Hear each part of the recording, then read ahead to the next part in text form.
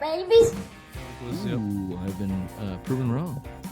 So Gronk. Ray gets him again. Yeah. Okay, whatever. Bruins epic collapse, losing game 7 after setting the regular season record with 65 wins, 135 points. They lose in round 1. Let me just quickly give you the history of this. So the Canadians held the record for most points in a season, 133. That was the 1976-1977 Canadians. Had 62 wins, but had 133 points. Totally different league then, but whatever. From there, the Detroit Red Wings, 1995-96, got their 62 wins, less points. They ended up losing. The Canadians won the Stanley Cup in 76, 77. The Red Wings went on to lose in the conference finals to the Avalanche. And then most recently, the 2018-2019 Tampa Bay Lightning got 62 wins and were famously swept in the first round by the Blue Jackets, which is commonly forgotten in this conversation about the Bruins and it being the worst loss ever. Lightning basically just fucking did it a couple years ago, and they got swept, not a game 7. So, however, the Lightning went on to win a couple championships, and I don't think we can say that about the Bruins on the horizon. So a little bit different there.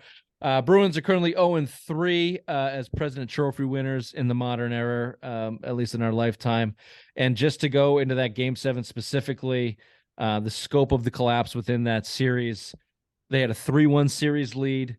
In game 5, they had a third period. They had 2 third period leads, 4-3 and 5-4.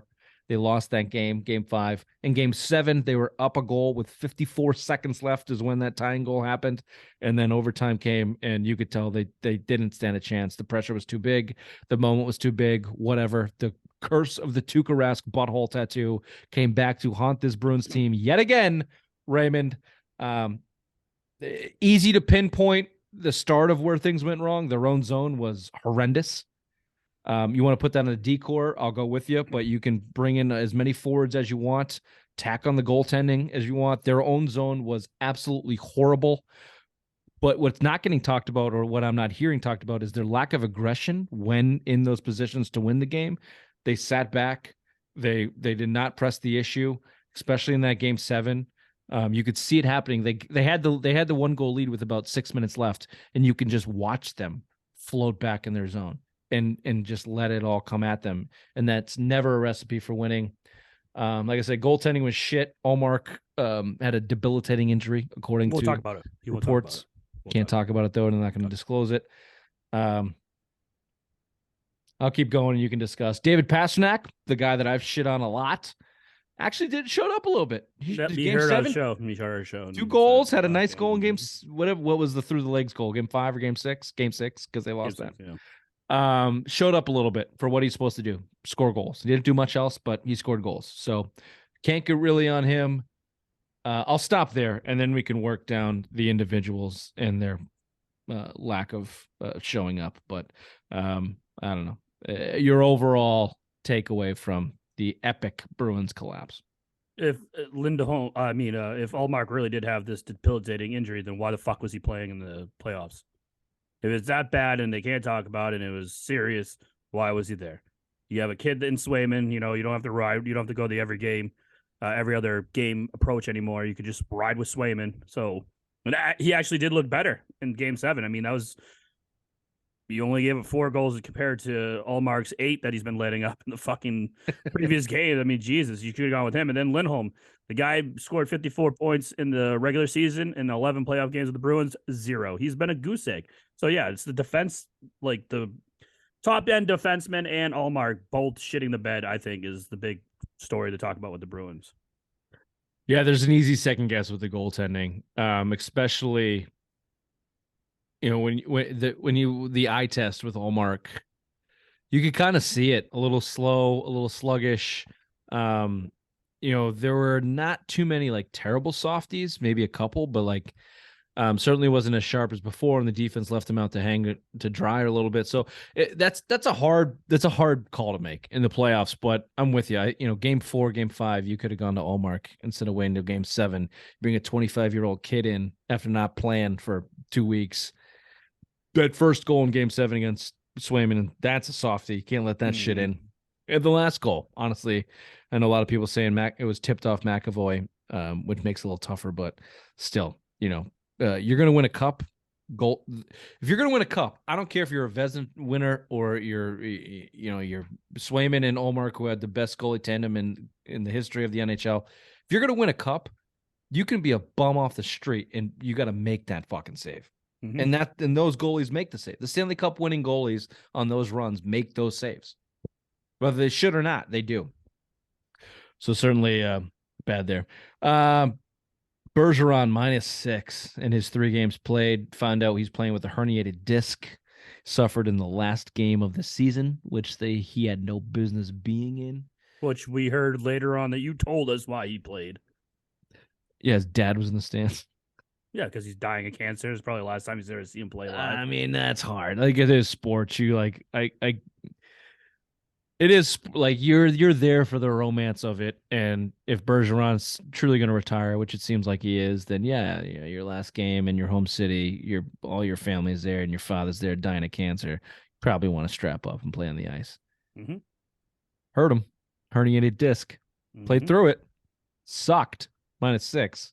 Ugh. But honestly, watching him, I didn't like. From the eye test, he didn't suck. He just wasn't a difference maker. And he's a -6 because he's on the ice at all the crucial moments, and at all the crucial moments, the defense and the goaltending and the rest of the team collapsed, and they gave up goals. So, yeah, time for him to go. Like old Yeller, put him out in the pasture. You got it. I'll just run down this list of suck bags real quick. Krejci, I think it was a -5 or something, but he had that big goal in the last game 7. Felt like Pasternak got going a little bit when Krejci was in there, whether he was playing with him or not, for whatever reason. Needed his binky. Marchand was clearly not himself, clearly playing injured. That Game 7, that dude couldn't even make a pass. Couldn't even make a pass. I don't know what was going on with him. You mentioned it, Ray. Hampus Lindholm was an absolute puddle. Couldn't get out of his own zone to save his life. Couldn't make a hit. Just useless. McAvoy, trick or treat. I mean, that guy, Game 7 sucked too. Turnover central. Game 2, turnover central. Do you expect more out of Charlie McAvoy, especially coming into his prime here? He needs to deliver all the time. Dmitry Orlov, trick or treat, a lot of mistakes. Gave you something offensively, but in his own zone was shit like everybody else. Bertuzzi, same deal. Produced offensively, shit in his own zone. Taylor Hall, your guy, Ray. The Bruins All-Star in the playoffs. Sparked at times. Looked fast. I don't know how much he created, but looked fast out there. Yeah. Mm. Good skater. Eh? Hey. DeBrusque, mostly invisible, had a couple goals, whatever. Coyle was good. I think as Charlie Coyle goes, he did what Charlie Coyle was supposed to do. He seemed like he was trying to get the team going with some hits. Totally. In Game 7. Yeah. It seemed like he was trying to be a little spark plug, but Coyle's a positive. DeBrusque, I'll give you a positive. These are guys with lower expectations. Even Orlov is on the cusp. Even Bertuzzi, though. Bertuzzi, earned himself a big contract this offseason coming up. Not from us. Oh, come on. That guy played his ass off in the... He single-handedly lost them the game with that the first turnover in Game 2, was it? Or Game 5? We just dumped it in front of his own zone. He sucked in his own zone. So did everybody else. And he was playing with top end. We'll see. We'll see what kind of contract he gets. 4 or 5 million. But those are the guys that are positives, and we can still pick them apart. Taylor Hall was a positive, and he was almost he was just fine.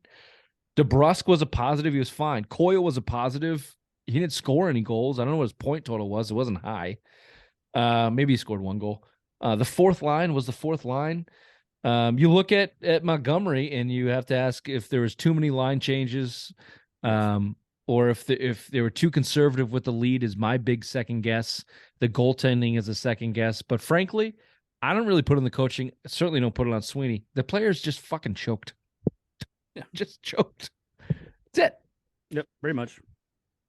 Or they were too hot early on in the season. I mean, I know that's cliche, But, they went for a historic run, most points, most wins, and then they fade. Usually the hockey Stanley Cup playoffs is whoever's hot at that right moment goes on to win it. You could be the A seed in the hockey playoffs and make it run to the Stanley Cup finals. And it looked like towards the end of the season, the Bruins were going on the opposite end. They looked like they were fizzling out. They were tired. They spent too much energy trying to get that record, even though they weren't trying to do it, So I think that's what ended up ultimately costing them the run. Well, to the certainly the Bergeron injury had something to do with it. Krejci wore down for sure. The older guys, you could say that for, but look, the most goals scored ever in the history of NHL playoffs in the third period happened in this series. Yeah. So that's to say the legs were still there. There were still guys out there performing. They went to game 7. It's not, they weren't losing games 1-0. I don't think they were worn down. They just fucking choked. They had leads. They had multiple leads. They were up 3-1 in the series. Yeah. It's a choke. It's a choke. That's all you can say. It's a choke. Real quickly, we don't have to spend a ton of time on this, but just the future. You think Bergeron has to go. You think Krejci has to call quits, right? Hang up the cleats. Not the cleats, skates. Yep. Do you want him to? Do you want Bergeron back? No. I'm fine with it. You gotta go with the youth movement. Yeah. Here's what I think is going to happen. If you look at the last 10 years of President Trophy winners, almost half of them, after the year they won the President Trophy, the next year they've gone on to make a pretty significant playoff run, if not win the cup. Bruins are a little bit different because of the Bergeron, Krejci, and the age and the cap situation. But I expect them to actually make a pretty decent run at the cup next year, or at least a playoff run, second round, game 6, game 7 type of thing, maybe even give the conference finals, because I think that's what history tells us. And they're still gonna have a pretty good team. You're still gonna have a pretty good team. If they can make enough moves, but dump one of the goalies, trade them for either a piece or a draft pick, sign yourself a top center, then you're going to be right in business. And I think they can stay competitive with their decor, especially if they bring Orlov back. So the Bruins aren't going anywhere. They'll be around, and hockey's hockey. Who knows? Maybe it just takes Bergeron in that. Well, I love Bergeron. Like he's a Mount Rushmore of Boston athletes in our lifetime, but good God, does his resume scream underachiever. Yep. Choker, underachiever, however you want to describe it. Jesus. We'll get to the top 5 after this, and the Bruins, his Bruins are on the list about 10 times. He should have 4 Stanley Cup championships. Well, 2 at least. Well, okay, 2 at least. Minimally 2. 13, they probably had no business against the Blackhawks. Well, then he got hurt in 13, didn't he? He was hurt every year. He played. I think 13 was the collapse young year. Yeah. And then this year, obviously, who knows when they got to the next round? Who knows? The Blues series they should have won. Totally, of course. I mean, but that's Tuukka Rask giving up 2 goals and 4 shots. But anyway, they land on the list. His Bruins land on the list of top 5 losses a lot. So say what you want about Bergeron. His tenure, 20-something, almost 20 years. As a Bruin, a lot of underachievement for what he's considered, which is one of the best 2-way forwards of all time. Yep. That's all I'm saying. We'll talk about those top, unless Bobby, you have a Bruins thought.